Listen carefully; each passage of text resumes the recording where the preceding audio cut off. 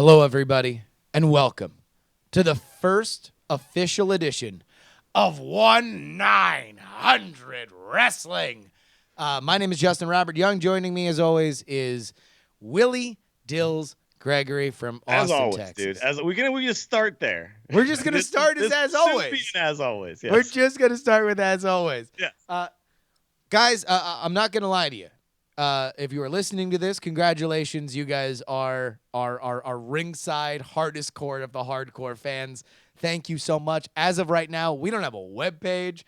We don't have an iTunes feed. We are bootlegging it right off my SoundCloud.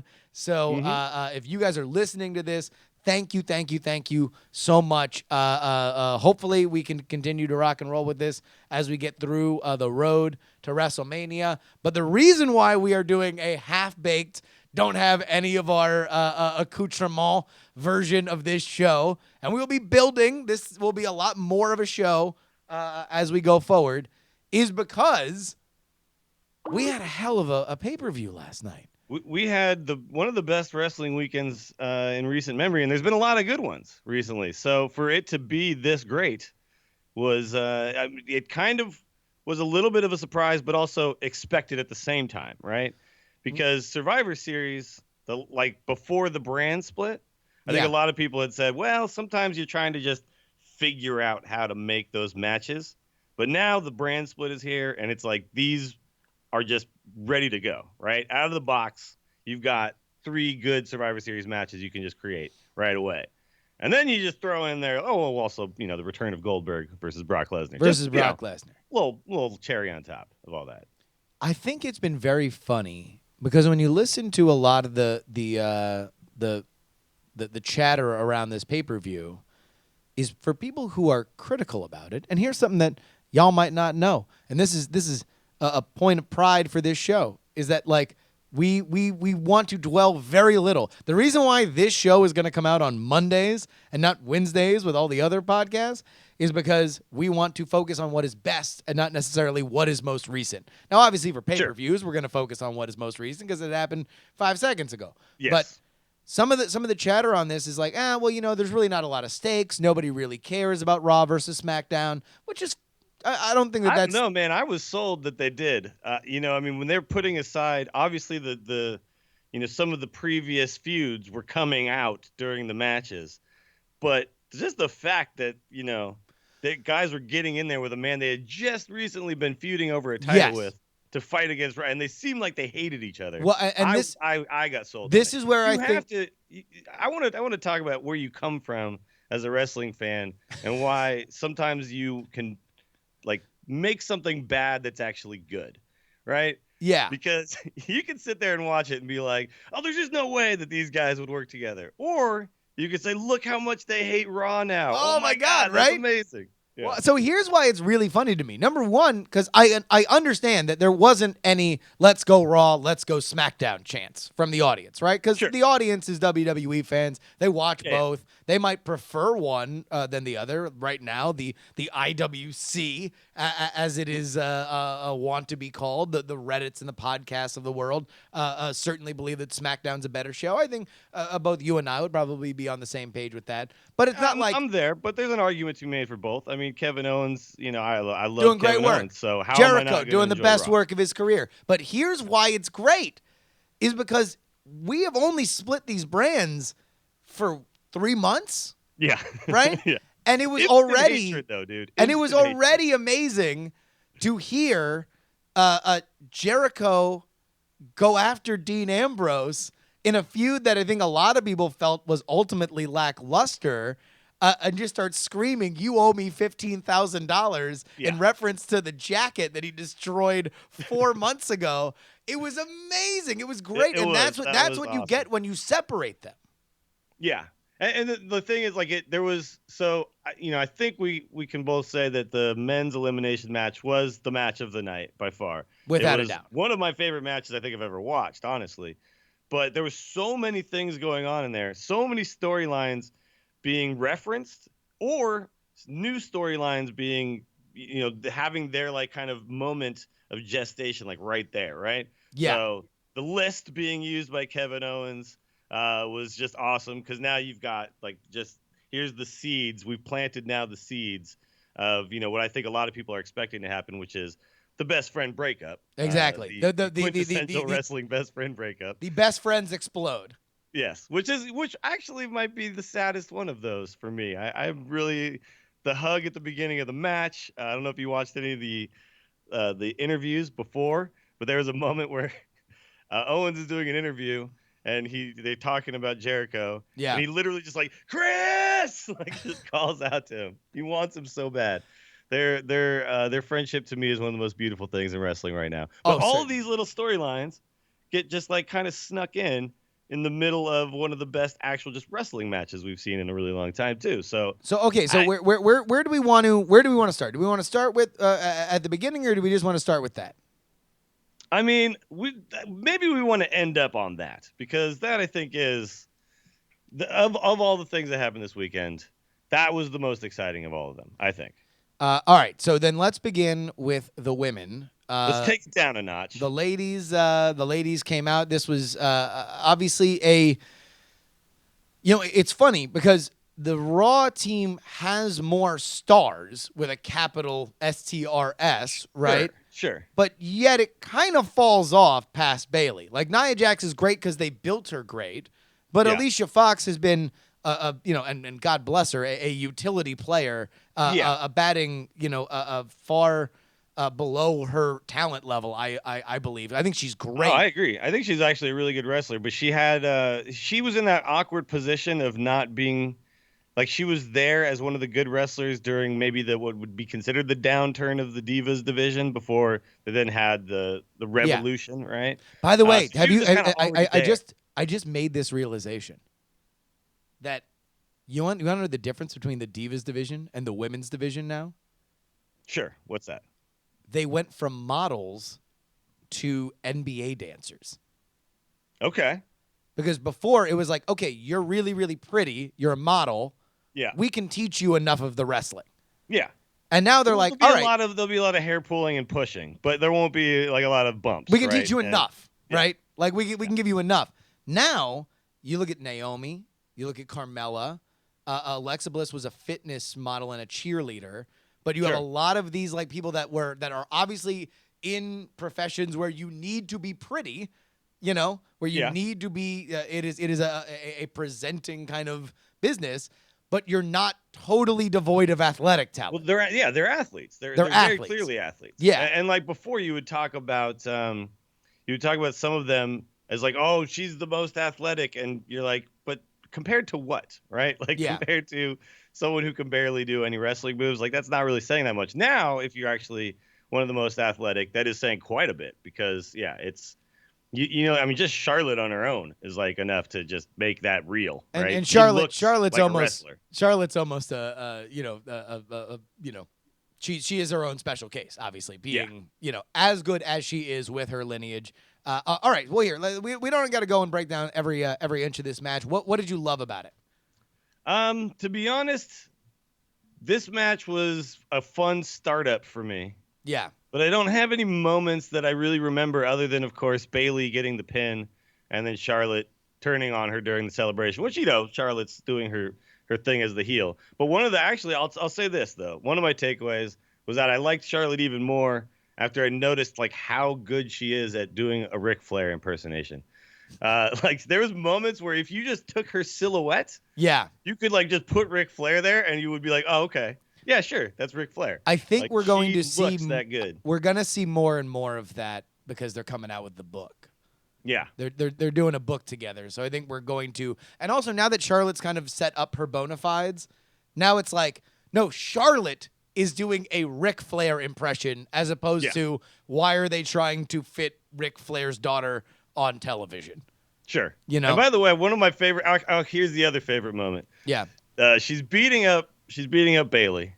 And in the background, you see Dana Brooke just kind of peek around the corner. Like, is it time for me to come out and bring the belt and start acting like, and do my pointing bit? And it was just like, she just looked so creepy in the background. She was, I know she's trying to, it's all very planned out. She's trying to like not show up until that moment when she's supposed to.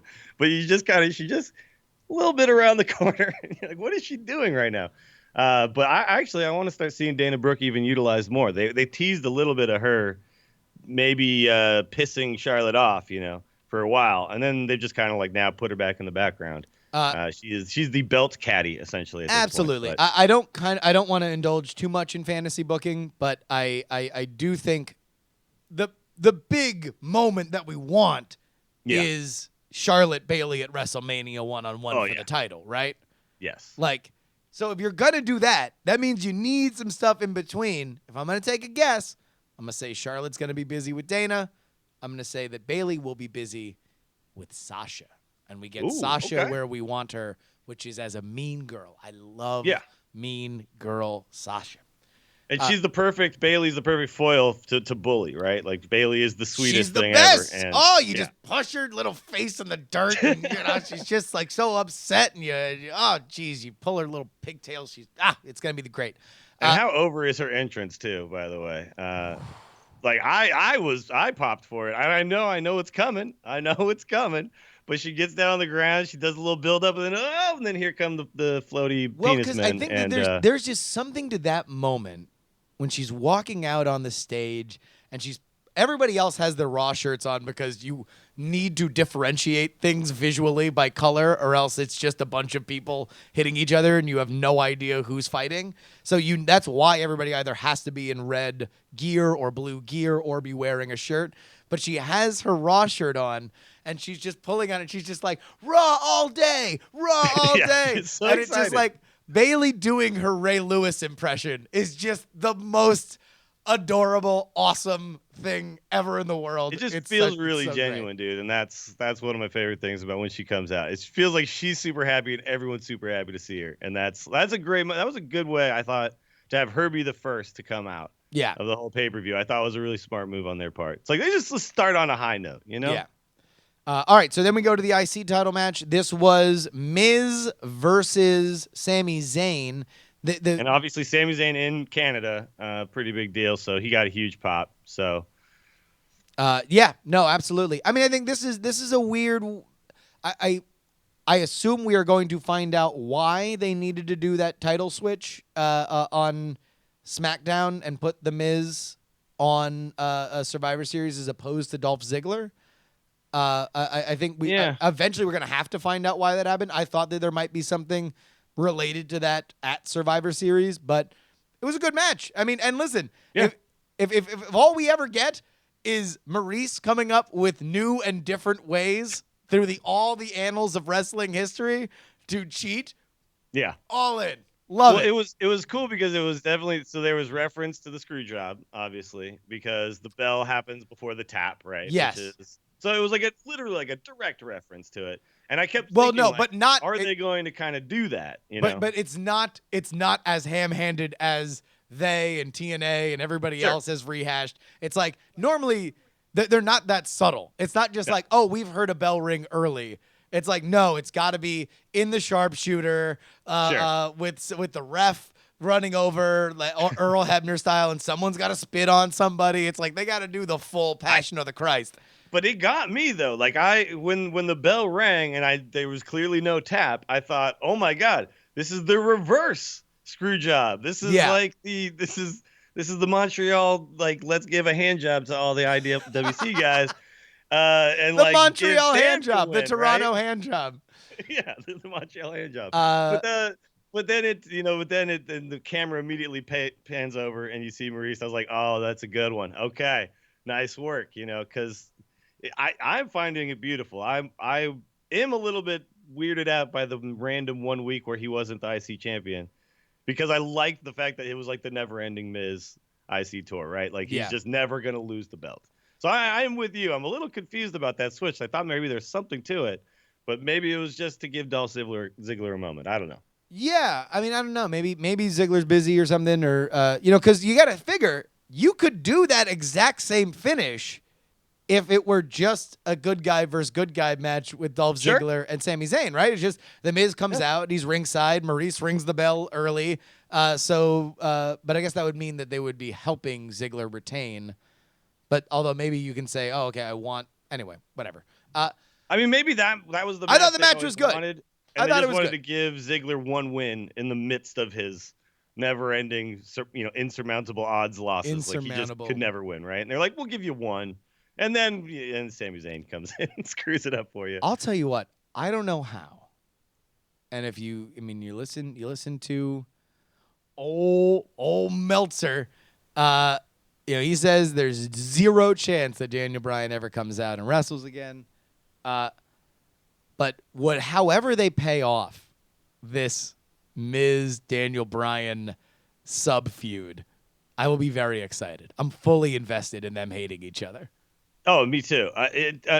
Right now, Daniel Bryan is just got to be overwhelmed with what's going on SmackDown. It's imploding right underneath him, right? Here's You got the lone wolf coming out in the middle of friggin' cruiserweight matches. That's a great segue because this is what I love the most about, and this is why I think in general a heel authority figure is kind of a little overrated. Sure. Because there is something great about, I think it was Max Landis who described, that wrestling is, as a television presentation, the Muppets, right? It's a show about people putting on a show. Sure, absolutely. And you see backstage and you see what they do on stage and everything. But it's like, if you take that to its logical conclusion, then that means that like the authority figure just needs to constantly like have their hands on their heads like Dennis the Menace's dad and just be like, oh my God, I can't control you people. Sure. And it also gives heels a great foil to work for because they just don't give a crap, right? They're just like, whatever, man. I do me, dude. And then you're just like, I'm so frustrated. I'll deal with you Tuesday. Like, what? What are you going to do?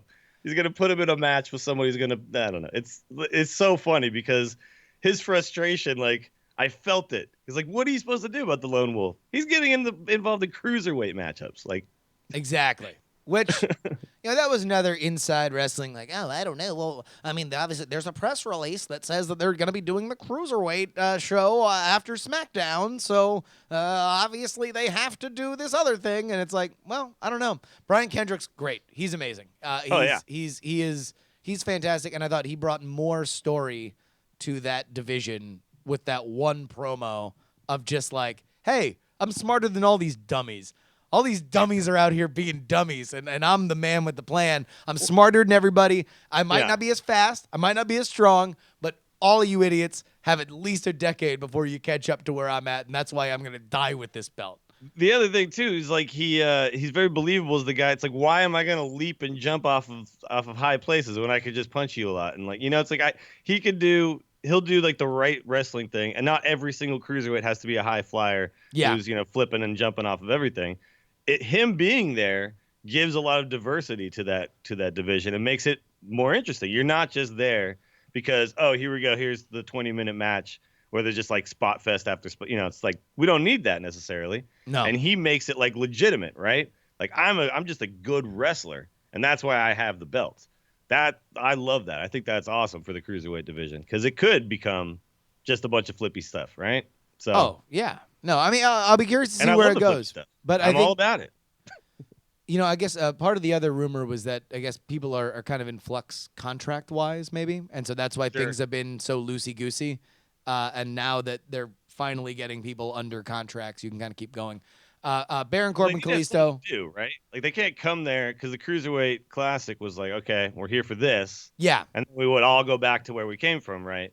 Then they're like, oh, no, we're going to stay. We're going to have some stuff. Like, so now they need to have a match. Well, because a lot of these guys make decent money on the indies or working for other federations. So it's like Absolutely. They brought in what was it? 30 people that they brought in for the Cruiserweight Classic? 32 guys total, right? So, I mean, a full-on tournament. So it's like, and then they're going to bring in another 32 next year, or probably 15 because they'll run back a few of them. Still, yeah. Right? Yeah. So it's like they can't just sign 32 people every year. Right? No. They can't just say like, hey, no, cruiserweights. Nothing to do, too. Like, they got to give them stuff to do. Come on in. And it's just like the rush of Lilliputians, just like, woo! They come in, they get their purple belt, and then they sit around and wait for the next one, the next year. No, it doesn't work. By the way, did you notice that they completely changed the ring? They wrapped all the ropes in purple. Well, they've been and they doing that put on Raw, right? That's that. Yeah, it's like it's a cool thing though. It really makes it feel like, okay, now here's this is the And division. now this. Yeah, exactly. You want to know what? I had this thought, this presentational thought, that everybody loves talking smack, right? Oh yeah, fantastic. Everybody kind of hates the stilted backstage. We're all cheating to the camera. We're all talking. I'm having a conversation with you, but my shoulders touching you because we're both cheating to the camera while we're watching a television over our right shoulder. While just sitting there caressing your belt or whatever. Yeah, Exactly. Very Like, natural. Yeah. and then we're gonna end all of our conversations just nodding to each other, like Nodding and staring off just into space. nodding and or staring. the walk off, and then the awkward interviewer has to stare. Or yeah, the exasperate. Yeah. I want somebody. I need a supercut of all the exasperated. Just all in a row. Yeah. Like Trump's breathing during the debates. Exactly. Yeah. I we just need that supercut. You're just right. every supercut of the like. From all the Charlie Carusos, all the everybody else is talking. But so here's my pitch for Raw specifically. Why not have your own version of talking smack be a part of the show? So you can get all this storytelling stuff out via like, hey, now let's bring in Braun Strowman. Braun Strowman, Sure. You got a match coming up later tonight. It's against this person. He's got these stats. What do you think? And he's just gonna say like, I need real competition. I'm gonna crush him in 5 minutes, right? So that's normally what he's gonna say to the backstage interviewer.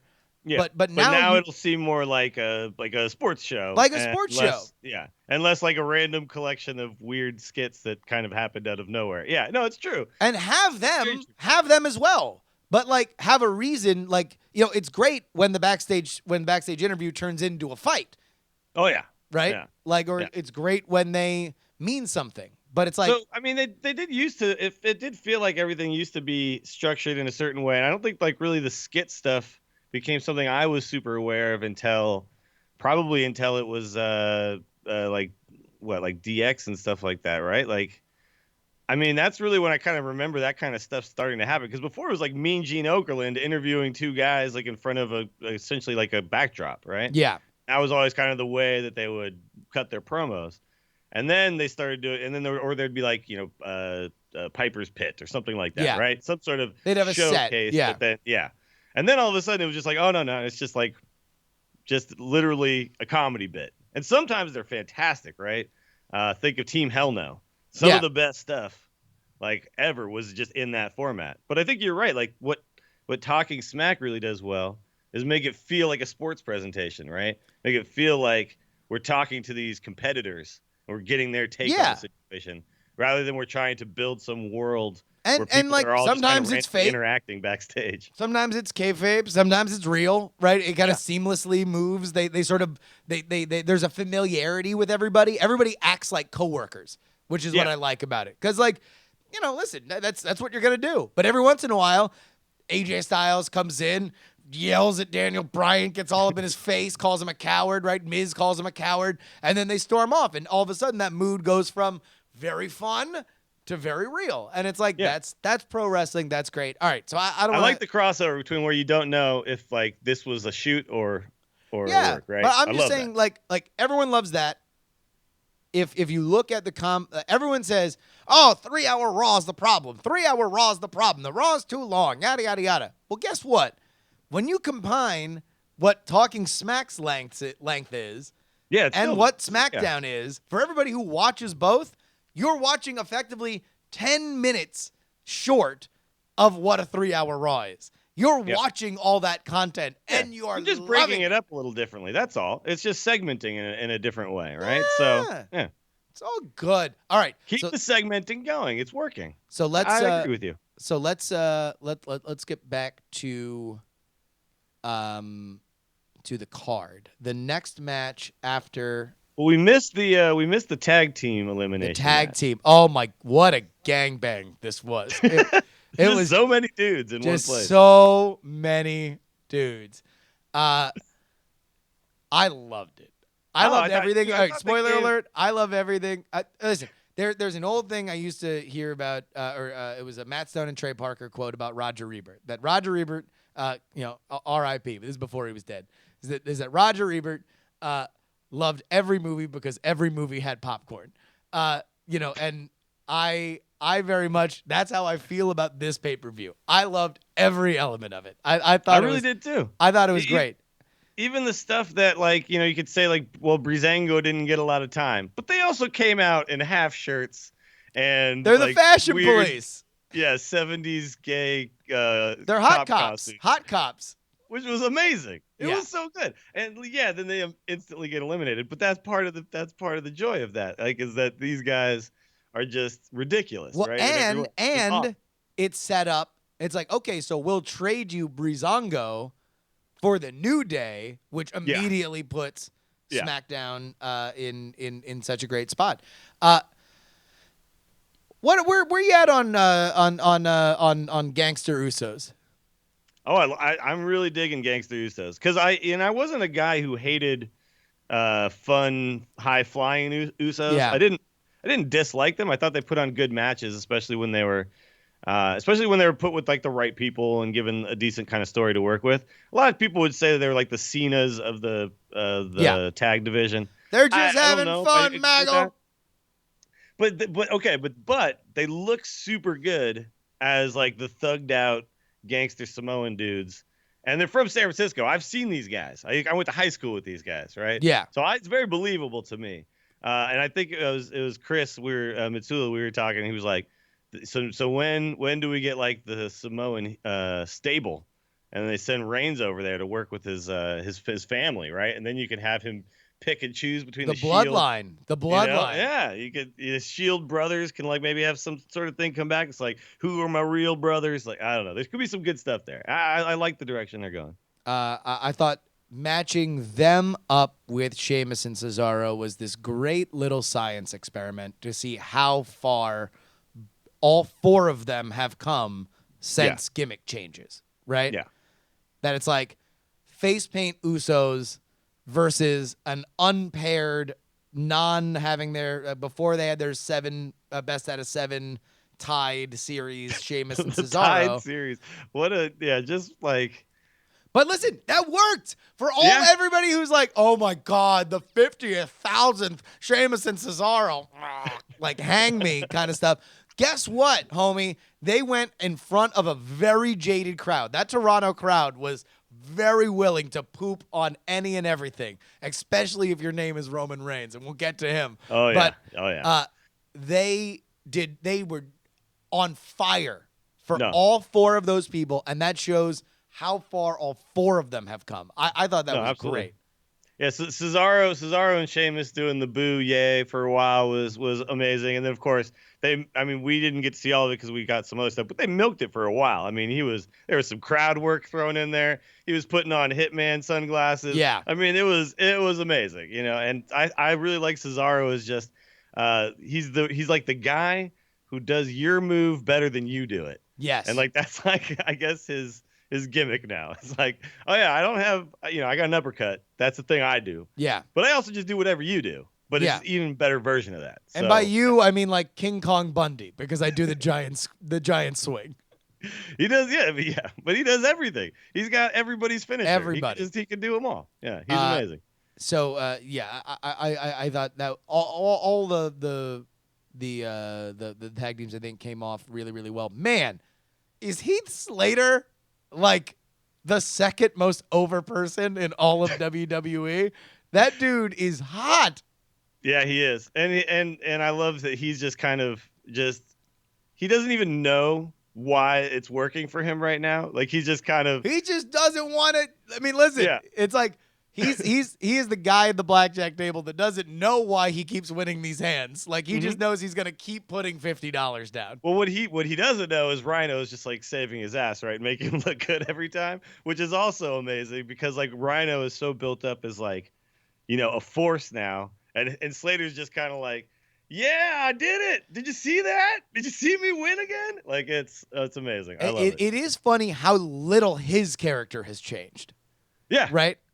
Like He lost 2 guys. He's a one-man band, but yes. he is again a 2-man band. I mean, Well, his song says one-man band, but yeah. yeah. But again, speaks to like him just not even realizing where the credit should be due. He's still just like thinking, "Yeah, I'm doing it, man. Have you seen me? Like I keep pinning guys. Yeah. Have you seen this?" By the way, R.I.P. Rhino's bid for local government in Michigan. I donated to his campaign for the record. Did you really? I donated. Yeah? I got a T-shirt. He did run as a Republican, right? He did. He ran as a Republican. I got my shirt with his name on it, and it has the little Republican elephant, but it has a rhino horn on it. The rhino tusk on it? Yeah, rhino tusk on it. It was great. Nice. It is great. All right, that match was awesome.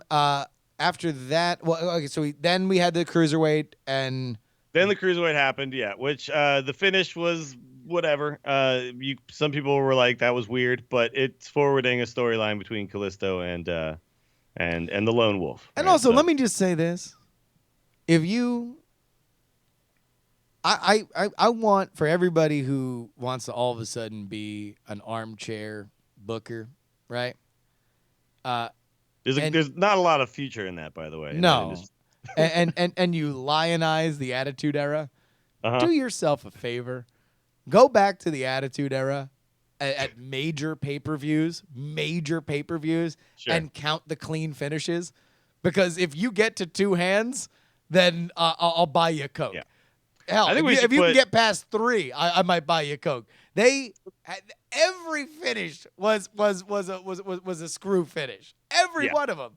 They just I think kept we should these put feuds all going those forever. all those armchair bookers on a pole and let's have a match and see what happens. No, right? and it was great. And it was great then. We loved it for a reason then. Sure. It's fine. But it's like, hey, listen, Baron Corbin came out and made a match that was supposed to mean something, not mean something anymore. Guess what? It'll mean something later. Here's my lesson about wrestling, and it comes from the comic Watchmen. Nothing ever ends. Nothing ever ends. The other thing, too, is it makes a clean finish mean so much more. Because when you get a clean win, suddenly that's like a thing that matters, right? Like, and it would never matter if every match was clean, right?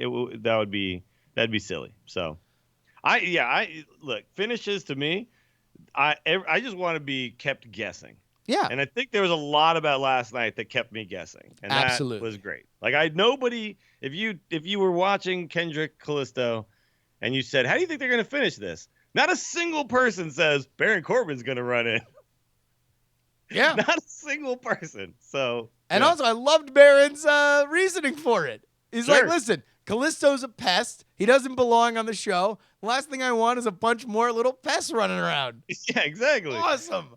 I'm gonna go ahead and I'm gonna stand up. I'm gonna do what I think needs to be done right now to keep these damn pests out. And look, so maybe next time he should come out in like an exterminator costume. Yeah. And like he's the have a Orkin little man. bug sprayer. Yeah, like, just go the pump handle, right? He's Yeah, just spraying exactly. Callisto in the face. He'll win the next 3 matches by spraying Callisto in the face with that same. Yeah, exactly. I like it. All right, here. I'm going to ask you this. One of the things that we want to bring to this show, that we want to bring to the entire wrestling podcasting genre, is our games. We want to have games. So I'm going to play our first ever 1-900 wrestling game, including the introductions. This changes everything. Was the men's Survivor Series match longer or shorter than Men in Black 2? Oh God.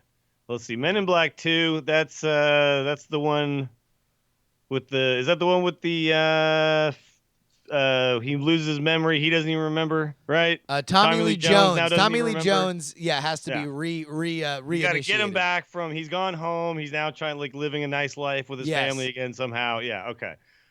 So yeah, that part of the movie took at least like 30 minutes, right? So then you got to add on a bunch of like alien crap later, and then some celebrity cameos. I want to say that movie is longer. It was Men in Black 2 longer. Okay, so here we go. Next one. I worked through it though. You did. This is tough. Was the men's Survivor Series traditional elimination match longer or shorter with introductions than Yogi Bear, the movie? Yogi Bear. Okay, the Yogi Bear, one of my favorite guys. I love me some TJ. So let's see. I don't think you can even with the talented voice actors they had to work with on that fantastic movie. I How don't think long can stretch you that out stretch Yogi longer. Bear? I don't think you can stretch that content out longer. I think that's shorter. Shorter. That 30-minute contemplation of whether or not he should or should not take the picnic basket and what it does to normalize theft for Boo Boo. No, it was longer.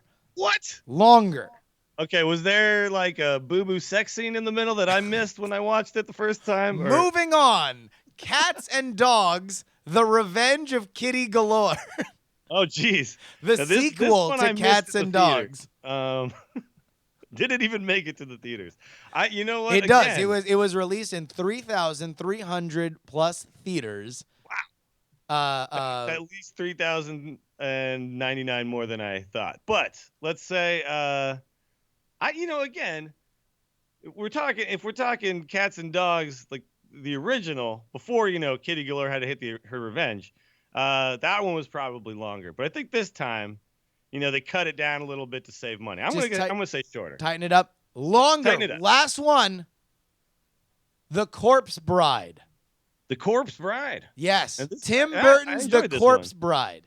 I enjoyed this one more than The Revenge of Kitty Galore. I'm gonna say again because animation takes a long ass time. I think you got to tighten it up a little bit. That's got to be shorter, right? That one at an hour and 15 minutes, I believe, was indeed shorter than the men's Survivor Series elimination match. However, I will say that between Corpse Bride, Cats and Dogs, The Revenge of Kitty Galore, Yogi Bear, and Men in Black 2, I will take the match last night hands down over all of them.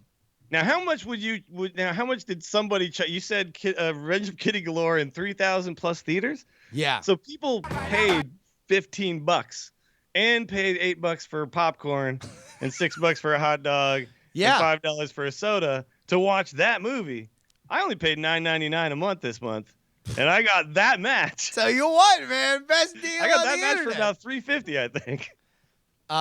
Hey, by the way, all right. So when we get to the Goldberg Lesnar match, remind me to tell you why we saw the Goldberg Lesnar match last night. Okay. This match was long.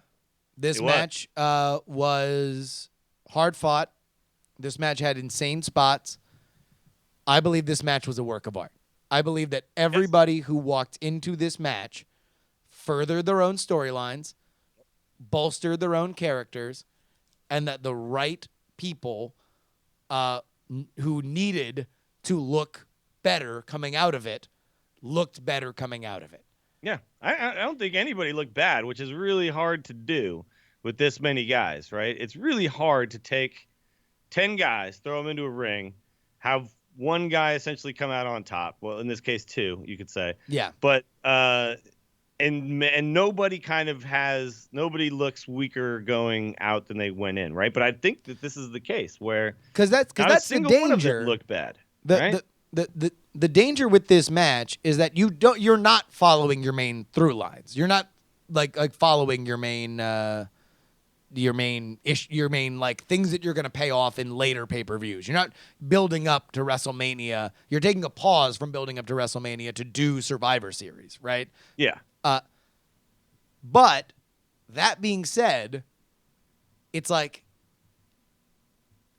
what else could you want out of this? Like, anybody who complains about this match, I'm just super confused. Like, I don't know what it is in life that you're expecting. I don't know what it is that you want out of your entertainment, because not only even friggin' Ellsworth had an amazing moment in this match, right? The best moment. And by the way, that paid off a storyline, because how did we meet Ellsworth? We met Ellsworth when he was getting destroyed by Braun Strowman. This was Ellsworth's revenge. He got his back on Braun Strowman. He paid the price. He did, but how were you going to get rid of Braun Strowman, right? That was the whole thing, is he's just destroying everybody. There's nothing we could do about this guy. Well, I'll tell you what, another insane Shane O'Mac spot, followed up by Ellsworth grabbing the leg from under the Just apron. Like, you didn't those see it tiny coming. little baby hands wrapping around his foot is just like, that's like the wrestling image of the year. Is just like, you're like, wow, did he screw up? Like, was that why did that happen? Yeah, Pan down, and yeah. just his tiny little, his The adorable reveal. little infant hands on the man's boot, and it's like, that's all it took was Ellsworth under the ring. Ah, Yeah, but the thing too is like then you had a nice comedic moment of him running away. Like he got suited up to come out and be the mascot, right? yeah. But then he takes the spot, so good on him. By the way, I think he's actually like a promoter or something from somewhere, and they needed a guy, and then he now has found Well, all sorts of he new apparently fame, was right? on Jericho's podcast Yeah, and was talking about that the initial Braun Strowman spot and his whole like, any man with two hands has a fighting chance. yeah, Uh, and he came back to the backstage, and Vince McMahon was like, oh, it was great, pal, great. Oh, you did a great job. That was amazing. That was fantastic. And Jericho just kind of breaks for a little bit. He's like, I've never heard a compliment that nice from Vince McMahon right. in the Yeah, 2 decades I've worked for him.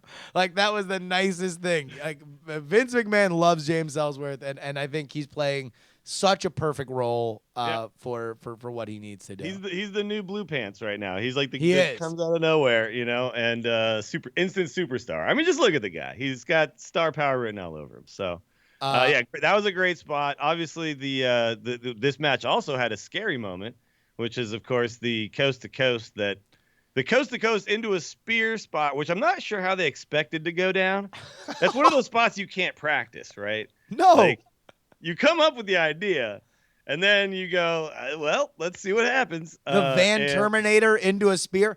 Heck, has it was Sabu brutal. even taken that spot, or Rob Van Dam? Who did that? Was I that a don't think Sabu I've spot ever or a no, I Rob don't think Van I've Dam seen it. spot? Who did that? Who did? Oh, it was the Van Terminator. It was Rob Van Dam. Uh, I don't think Rob Van Dam's taken that spear. No, no. And I mean, it was definitely like I've seen the Roman Reigns spear spot a few times now. They did the spear into what was it? Spear into the power slam with Randy Orton. Yeah, Where the first time they tried it at like a house show, they just basically smashed heads against each other. yeah. And like huge gashes and just terrible. And then they actually pulled it off later on in the pay-per-view. So, I mean, there's precedence that like Reigns maybe has these ideas where how he's going to get his spear into cool places. But dude, that was brutal, man. The landing, it looked like they bumped heads. Yeah. Then it looked like Shane's head slammed into the mat about as hard as you possibly can. He looked like he was And having a heart attack. yeah, it was instantly like, oh god, this is bad. He's a lunatic. He's a Yeah. legit crazy person. And I feel like, part of the reason why everybody was so excited to see him back was because he does stuff like that every once in a Sure. while. I mean, look, the crowd immediately goes crazy anytime he climbs up on anything, right? I mean, that's that dude's like, he's worth $1 billion.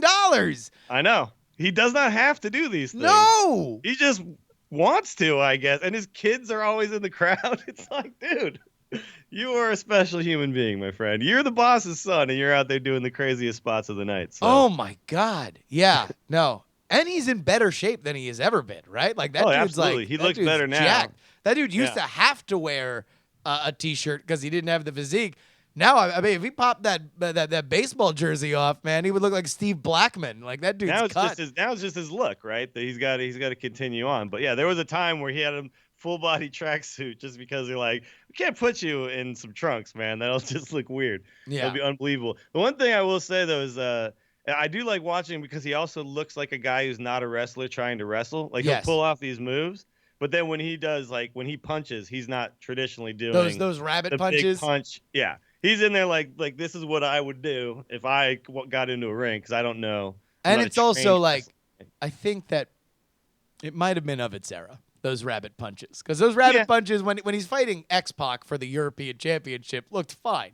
But Sure. now we're just in a very athletic age for the Yeah. sport. And I don't And we're know used to trained wrestlers wrestling too, so we're very it's very odd to watch him go out. Then he does. I mean, I don't know which other guy could do the coast to coast right now, and like he seems to still have it, right? So dude's got yeah, hops. epic moments. Hope he's okay. I heard Randy Orton went over to the kids right after Yeah, And he went over to Shane McMahon's kids and let him know that his dad was fine and yeah. listen. Ray told him to do that. I'm pretty sure, right? Yeah. I've said this. You're gonna hear me say this a million times on this show. Wrestlers, especially the Shane McMahons and the Randy Ortons of the world, people for whom their families have made either millions or billions of dollars off what is a carnival industry. They are not normal people. No, They're not. They're no. just, it's like everyone's like, oh my God, how crazy is Paige and Alberto Del Rio? They are not humans. They're not our species. They're just a different, it's like those like Irish travelers that just go from town to town and like don't obey local laws or pay taxes. Like they are just different human beings. If they acted normal, that would be abnormal, right? Yes. Like this is actually their normal. They're totally they're in there. a different race. They're Yes. a different race of a class of human. All right. The biggest spot of the night, I think. Well, I mean, I'll tell you what, it's kind of gotten lost in the shuffle now that you look at all the reaction to it. Sure. But you got all three members of the Shield are not feuding with each other. They're all good guys right now. They've all moved on to something else, essentially. You were kind of waiting for that moment. Were we going to see? We'd seen a couple of Seth Rollins, Roman Reigns, Shield powerbomb, the assisted powerbomb. And then we finally got it. And for one moment, this was a Toronto crowd that was taking up residence in Roman Reigns' butthole last night. That was just every time Roman Reigns was doing one of those spots where he just had to rest on the side. It was arena-wide chants of Roman sleeping, wake up Roman. They were just on him, booing him every time he came out. But for one moment, as long as Dean Ambrose and Seth Rollins are hoisting some other dude up on his shoulders, you got an unironic, super excited, ooh, from that entire crowd. It was legit pop. Like, it was a genuine pop for a moment that, again, though, too, like, what they did really well last night, too, was and wrestling has kind of always done this. Like, things take longer in wrestling than they're supposed to take in normal life, right? To have a normal conversation, you got to pause at least 20 times. You got to come out. I mean, The Rock doesn't speak a word for like 10 minutes when he comes out into the crowd. But what they did last night was really effective, which was to kind of tease you to go like, oh, are they going to do it? Oh, they're not going to do it. Oh my God, they're doing it. You know, so it was like that moment where, he comes out, it's clearly going to happen. Then security takes him away. And then Roman and Rollins take out the security. Yeah. Nope, this is happening. It was so exciting for I popped. Although, by the way, they almost screwed it up. Did you see it? Because Seth almost was prepping the wrong table. Yeah. They actually, it was the ref, I think, who had to come over and be like, guys, no, this is your table. And Roman's like, no, I don't like you guys. I'm pressing up your table. It's like, no. Yeah, exactly. It was a good recovery from that, by the way. No, plus, like, there's like, but this is the beauty of these guys, right? Because I'm watching with Mitsuya last night, and we were talking about, like, these matches are so impressive because there's so many moving parts, right? Yeah. And they have a few setup spots. But a lot of the stuff in the middle is just kind of jazz, right? Like, it's just kind of okay. Well, especially with 50 people in the ring, Yeah, we have X amount of time between this and this next spot that gets filled, and just everyone still has to end up after that amount of time in the right spots, right? And if they don't, you then have to figure out how to make it look somewhat believable, right? So the things like switching the table and okay, I'm a heel, so what? Oh, screw you guys! I want this table. And then, of course, security guards were like still there. So I got to toss these guys out of here. All of it just kind of worked. And none of it looked awkward or like some people I was reading today were saying that seemed too staged and forced and there's no way that would happen. I'm like, you know what? No, I've been watching these guys for a long time. They remember that. They remember doing that to people. They miss doing that. I'm sure of it, even though they hate each other. Also, by the way, I do love always, just one of my favorite things in wrestling is how every extra just happens to look like a professional wrestler. Like every accountant You know, like Yeah, yeah. everybody like has like Their entire security team all has long hair and ponytails. exactly. They all have long But hair ponytails and they're bulging out of their too tight uh-huh. black They're all Rent-A-Cop weirdly sweater. wet too. What? Yeah. What is going on? Uh, all I wanted was during the Shinsuke entrance the night before when they had the a million violin players, as Yeah. if they were also indie talent when they were just like pretending to play violin. Sure. All right, No, but they actually did get. They got. You could tell they were actually playing the song. they By the were, way, they were. the ones at the end were super getting into it in the ring. That Oh, was some dude, rock star violin work right there. absolutely. I enjoyed it. All right, so the big win goes to the Wyatt family. The Yes. Wyatts, famously Bray Wyatt specifically, is somebody that has been kind of beaten down as like, well, he doesn't win the big one. He's there to get other people over. Yada yada yada. He's sold as a monster though, but then booked without those monster results, right? So it's tough to like have him stay there. Yet he's, I think, that good at his character Yeah. that he still comes across as a monster. And now, of course, him taking a guy like Randy Orton, like the ultimate kind of like loner guy who doesn't care what anybody has to say. Obviously, he's been part of stables and stuff, but he's been kind of booked as like the voices are telling him what to do, Yeah. right? Not Bray Wyatt, and yet here we are. I love the sell of him taking a bullet Orton for taking Bray, the spear, right? Yeah. No, Just to make sure that Bray doesn't. Like, not even, there was no strategy in that moment. It was just to make sure that his That guy Bray isn't the one getting speared. that Bray comes out on and Bray, top. of course, turns it into a win. Yeah, the ragdoll sister Abigail on Roman Reigns. Here's all I'm gonna say. Vince McMahon knows that you love to watch Roman Reigns get beat in big moments, and they Yes, are going yes. to use it to their advantage forever. They will. Well, they will it turned so as soon as we saw Reigns kind of become Super Reigns again for a little bit, it's 1-on-2, right? yeah, And yet he's still winning. You could hear the crowd go, "Oh no. yeah. Oh God, they're gonna make us watch this. Oh no!" And then, never mind. Yep. Boom. And everybody turned and immediately. I mean, was listen a again. celebration. I was in Las Vegas at Money in the Bank when they used it to have everybody be so excited for Seth Rollins to beat Roman Reigns clean in the center of the ring, and then Dean Ambrose to cash in. They did it to get Finn Balor over on his first night on Raw. They're doing it right now to get Bray Wyatt over. It's what needs to happen. I'm just saying. Like, this is why Vince McMahon is great. He knows what you want, and now he's going to just slice it off, just deli slice it off for you. So yeah, I mean, obviously, I think that's the match of the night, right? Like It was a by work far. of art. It was a work of art, in my opinion. I thought it was amazing. I thought it was so well done. I thought everybody got something out of it. I thought everyone's character was better. Everybody, for something that again is a press pause on your main storyline, that you furthered so many storylines, that you got so many spots. It was what it was supposed to be. Again, fantasy warfare come to life is their tagline, and we got to see all the spots that we could possibly want to see. It was a spot fest. That's what it should be.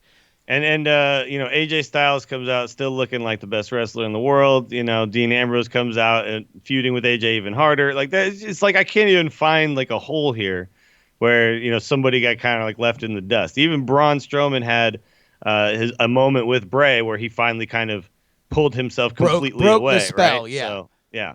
So But even then, it was just that little story for Bray was, all right, I had a monster turn on me. I lost my hold on this guy, but guess what? Now for cemented, I have Randy Orton in my corner, and that's better than Braun Strowman. Yep. Do you want to know why we saw Goldberg Lesnar last night? I would love to hear why. So apparently with my dog. He's right here. He's ready to go. Puppy watch. You ever heard of this thing called the network? I have. The WWE network? Yes. I'm actually I'm a purchaser, a subscriber of WWE, it, right? Yeah. You know that there was a big risk for them to eschew pay-per-view revenue effectively. Sure. So they could make all the money directly from their customers, and do. Well, if you told me that I had a product that I could sell you for $50, then you're like, but I've got an idea. Yeah. Let's sell it for $10 instead. I would say that sounds like a terrible idea, but I believe in the network. I believe in the idea of this type of way to kind of distribute your content. And so I will purchase it as long as it's a thing because I want more stuff like this in my life. You know what they do for new subscribers? What's that? First I haven't been one in a while. 90 days are Hmm. free. Wow. So you get them in the door, right? Looking at my Apple, it looks as if last night, if you wanted to watch last night's pay-per-view, you had to subscribe at least by November 20th. Okay. And what happens within 90 days of that? Well, I'm you get to guessing see something. Roadblock, you get to see Tables, Ladders, and Chairs, you get to see Sure. the Royal Rumble. And that's it. Okay. So are you telling me that if you subscribe to watch Goldberg Lesnar, right? And then you watch the Royal Rumble and you find out what the WrestleMania main event is going to be, and you are excited by it, and you go all the way through your 90-day free trial, that you're not going to become a subscriber at least for WrestleMania, that you're not going to become a paying subscriber by the time that WrestleMania comes around? That is why last year we got The Undertaker at Hell in a Cell and Survivor Series.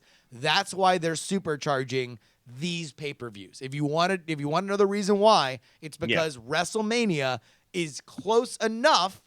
This is the time where they can burn your 90 days. They want to burn all the new freebie 90 days before WrestleMania because they know you're going to pay for WrestleMania. Well, yeah, and like I think even like last night, I think Mitsu and me were both wondering, wouldn't this match make more sense at a WrestleMania, right? Yep. This is a really big deal. They will always give one of these WrestleMania caliber matches away, either at Hell in the Cell or this, and now this because they're doing the brand split, because this is when economically it makes most sense for the network model. Now, that point, bloviating and ill-informed as it might have been, was longer than the match we saw. That's true. It took us longer to discuss that. Who saw that coming, Willie Dills? So again, like I said earlier, if you had told me, oh, here's how the Kalisto Brian Kendrick match ends, I would have said, no, nobody would have said that. And if you would have told me that they were going to turn Goldberg and Brock Lesnar into a squash match in favor of Goldberg, I would have also said, I didn't see that coming either. That being said, after it happened, it makes total sense, right? Because you bring back Goldberg, you make him look like just the beastliest dude ever, right? So, I mean, obviously Brock Lesnar was the guy who killed the streak. Brock Lesnar is the guy who manhandled John Cena, like the best wrestler in the last 10 years. So Crack now the when skull you take of Randy Orton, not but 2 months ago. Exactly. Now you take Goldberg and you come in and you say, this dude who has been just the monster forever, no one can really beat him. The only way you end up beating him is in these crazy like triple threat matches or things like that. Not only does he lose, but he just gets destroyed. Yeah. There's a really good post on Squared Circle about this, saying essentially, can you imagine if you're a kid right now watching wrestling? Yeah. And Lesnar has been essentially like the boogeyman to you. Yeah. All your favorites. And he just comes in and dismantles them, right? Yeah. Forever. And now you want to build up a hero. Now you want to give those kids a Superman. Well, you just did it. You gave him Goldberg, who's like now going to be their savior forever. So a whole new generation of little kids probably all just fell in love with Goldberg again. And maybe the same way that a lot of kids did when he was on his original run, right? So, hey, listen, and this is something that I want everybody to understand the correct way. I grew up in South Florida. I grew up in Davie, Florida, and Plantation, which is just outside of Fort Lauderdale. Broward County has a heavy concentration of Jewish Americans. I lived in the suburbs with a bunch of Jews. I went to my watch share. out saying concentration in Jewish. All right, knock it off. I'm just saying, I went to my fair share of bar and bat mitzvahs. You cannot understand the power of a super Jew destroying a bunch of Gentiles. You cannot underestimate when he brought out his his chubby little kid who looked like the most confused That was bar definitely mitzvah Happy kid in Goldberg. Canadian history. Oh my God! Hey, all right, Look, I read Cavalier and Clay, dude. I know all about this stuff, dude. So dude. I'm on board, man. The Uh, Jew Golem who's gonna come, he's gonna, I get it. let me ask you this Great. question: the shortest the shortest film ever nominated for an Oscar was in 2012, and it was called Fresh Guacamole. It was Okay. nominated for Best Animated Sounds Short. delicious. Was that longer or shorter than Goldberg Lesnar?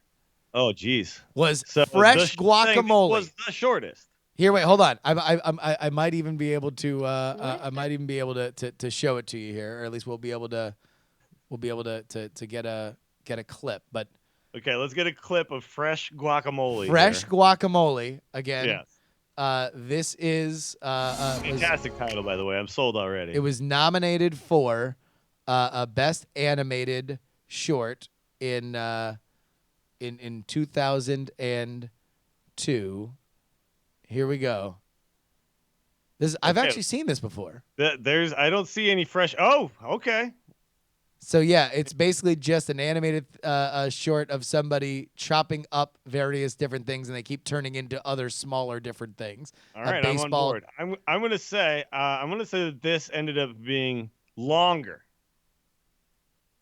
and not because I can see that it's a minute 40. Actually, now that I actually just looked down at the Oh, end. you After just I looked said down. Oh, I didn't crop it I right. could have had I could have had more information before I made my statement there, but yes. Longer. You are absolutely the shortest film ever nominated for an Oscar. Fresh Guacamole by PES for Best Animated Short, longer than the I believe it was a minute and 26 seconds that it Yeah. took Goldberg to Two defeat spears, because the he'll Beast. kick out of the first one. It's a pay-per-view, right? So you got to hit him with the second, which smart strategy on Goldberg's part, right? Yeah, To understand two that. spears. Got to go two And so spears. 2 spears and a jackhammer. And that's it. Wrap him up, dude. That's I No, loved it. I think sets up so many things. And obviously, I think we now know Goldberg is going to be around for the rumor now is he'll be there for the Royal Rumble, which means me and you will get to see him live. Looking forward to that. Goldberg. We get to do the chant, man. I never thought I'd be at a wrestling arena and be able to chant Goldberg's name, but it's gonna happen. And then, of course, I think we get one final match of his at WrestleMania. So 2 more matches, I'm thinking. And Do you think both will be against Lesnar? so Mitsula was guessing Cena happens, but I think you gotta have Cena one more. Goldberg. Yeah, Cena Goldberg. Yeah, at some point. But I think you do actually have to you got to have one more with Brock, right? Like more of a now a little bit more of a back and forth. Like Brock now like comes back ready, understands that Goldberg is as dangerous as he now appears to be, which he maybe didn't give him credit for at 49 years of age, something like that. I think we'll that's see. here's if I'm going to predict the spot that'll happen tonight on Monday Night Raw is we get the Yeah. Paul Heyman comes out with Brock Lesnar, but Paul Heyman gets just like ladies and yanks the mic. It's Sure. Brock Lesnar. He's right in the camera, and he's like, I'm ready for a fight. Yeah. Like this high pitched voice. Exactly. Yes. No, I'm on board with that. I think you have to sell the pissed off Lesnar now. I think. Yeah. Who is embarrassed and feels like he needs to prove himself once again, and a Lesnar who feels like he needs to prove himself and not just show up is definitely a scary prospect. So. All right, let me just do a new segment that we are debuting here on 1-900 Wrestling, which is whiny people on the internet. But it makes everybody look weak. Why'd you Yeah. break the streak? Also, why it makes them look worse?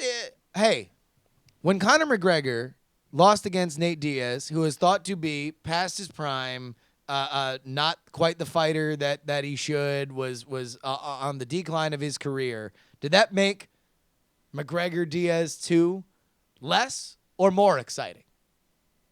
Yeah, more no, exciting. I'm on board. Is Yeah, what I would I think, say. and then the other thing, I read the exact same whiny comments, and I used that voice every Yeah. single time, which was essentially, this is why there are no stars on the roster, right? This is why, and all I could think as I'm reading this is like, I think there's like 10 stars right now on the roster that Well, yeah, I'm we just saw very 10 of excited them. We about. just saw 10 of Yeah, them in the ring beforehand. exactly. And not a moment ago, you just had them. And yes, I get it that the part timers come in and have these big matches. But the reason that they do that is because these are matches people want to see. These are the dream matches. When you buy WWE 2K17 and you start creating matches, yeah, you create Goldberg versus Brock Lesnar, right? And so why the hell, if you had a chance to book that, would you not do it, right?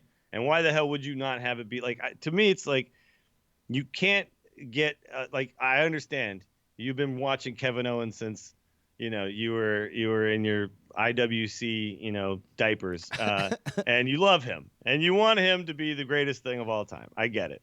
I get that AJ Styles, you've been pining for him to be in WWE forever. That's all fine and great, but these moments where these guys come back, these are great moments, and they're not going to take up all the time Well, from listen. All right, Seth here. Rollins. And Here's what I will say. If Lesnar loses like that again, I agree with you.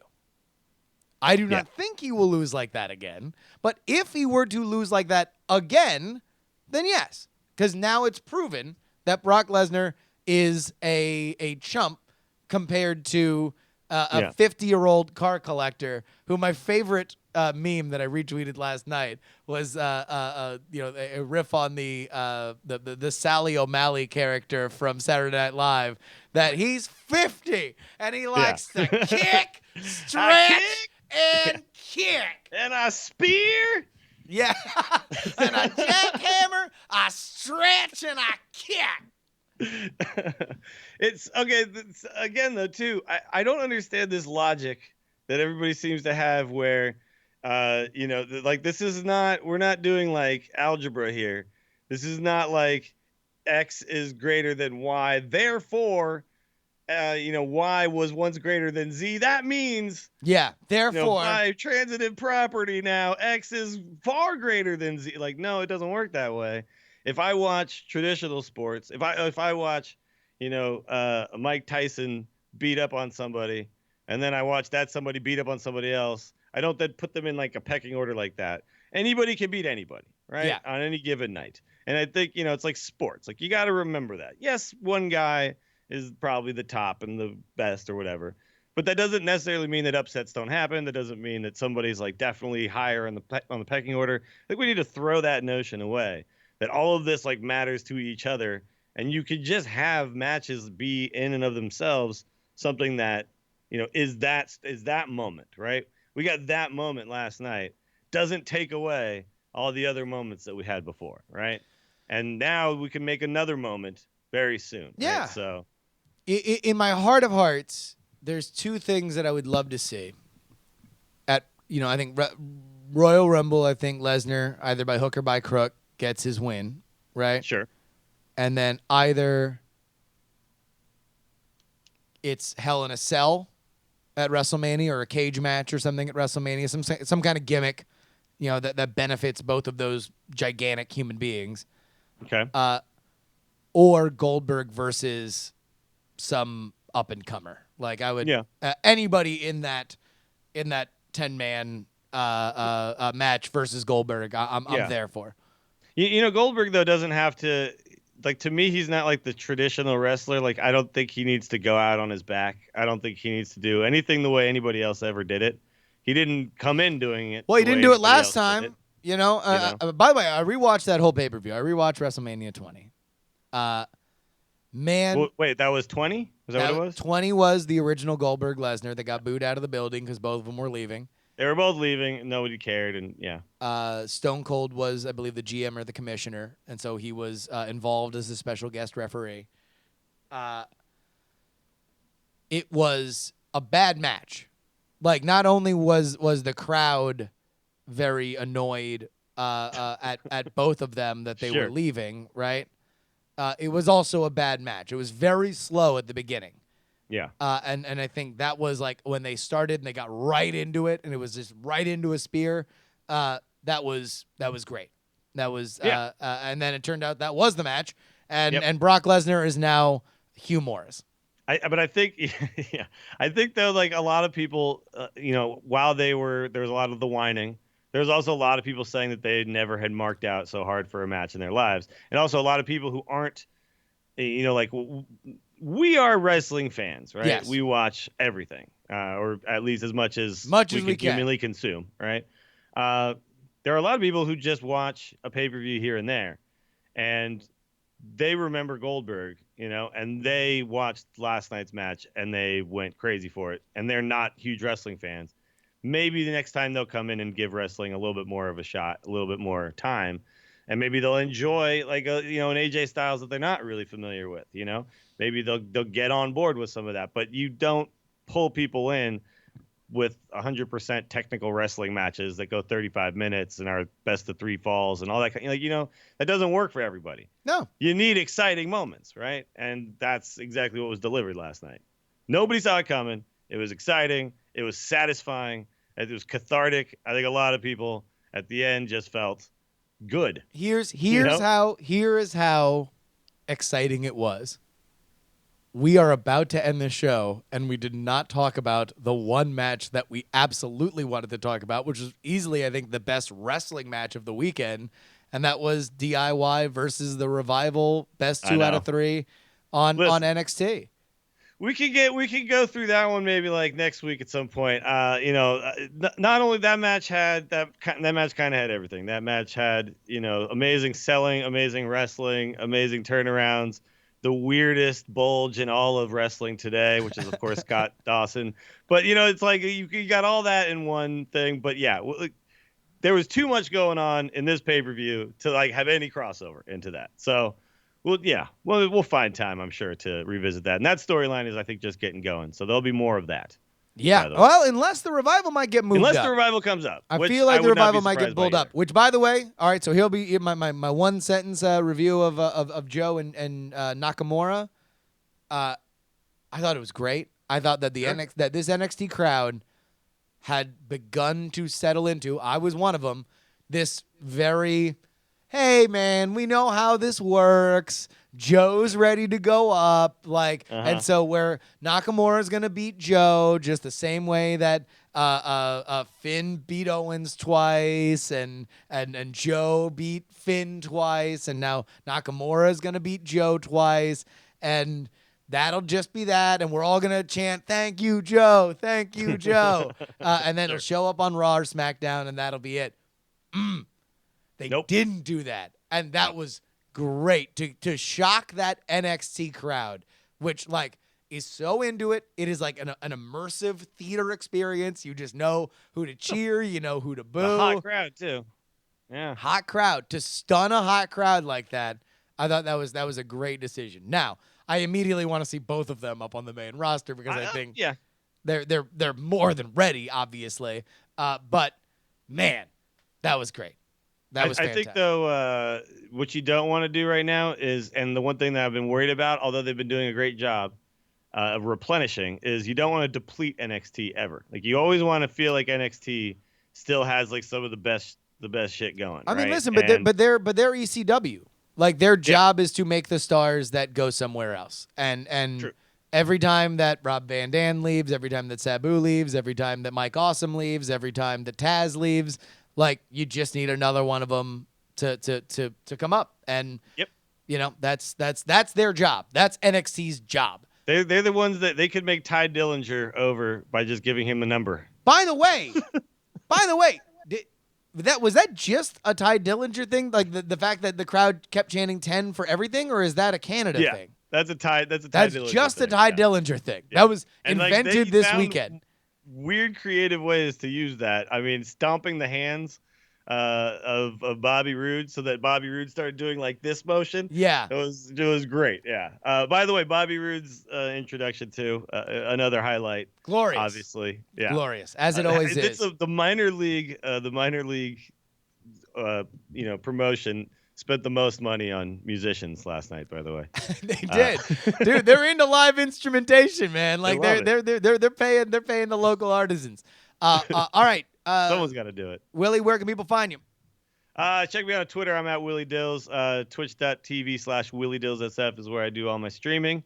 And Angry Chicken and The Instance are my other podcasts. So check those out as well. Man, you got go find Tavern Brawl is still going, right? I believe we got one more day of it, maybe. Man, I haven't even done it once. I've already done it way too many times, though. How have you done? Not great. I think 6 or 7 is my best so far. So yeah. But I haven't been doing every run with mid-range shaman. I've been trying some stuff. So that wound up being the King Kong deck, right? Mid-range. Yeah. You could definitely try to counter that, but once you get up to about 6 or 7 wins, that's what you basically run into. Is just nothing but shaman. So I would love for them. Though. I would love for them to bring it back when the new stuff drops. Like, I think that would be when everybody has no idea what's good about anything. Just have everybody waste their money and have a good time. I'm pretty sure we'll be seeing it again pretty soon because it was very clearly a success, right? So yeah. All right. My name is Justin R. Young on every social media application. If you like this show and you are on Snapchat, then snap me up and let me know what you thought, what you'd like to hear more of, what you would like to hear less of. I have been on record as saying that professional wrestling is my favorite art form because it is built from the crowd in, and we as a podcast are no different. This is going to be a community and not just a podcast where we watch these shows together and have a great time. So, hit me up at Justin R. Young on Twitter, on Facebook, and on Snapchat, and let me know what you want out of this. Until next time, though, I'm Justin Robert Young, and that's Willie Dills Gregory. We don't have a tagline to get out of this show, so we're 1-900 Wrestling. Bye. Peace.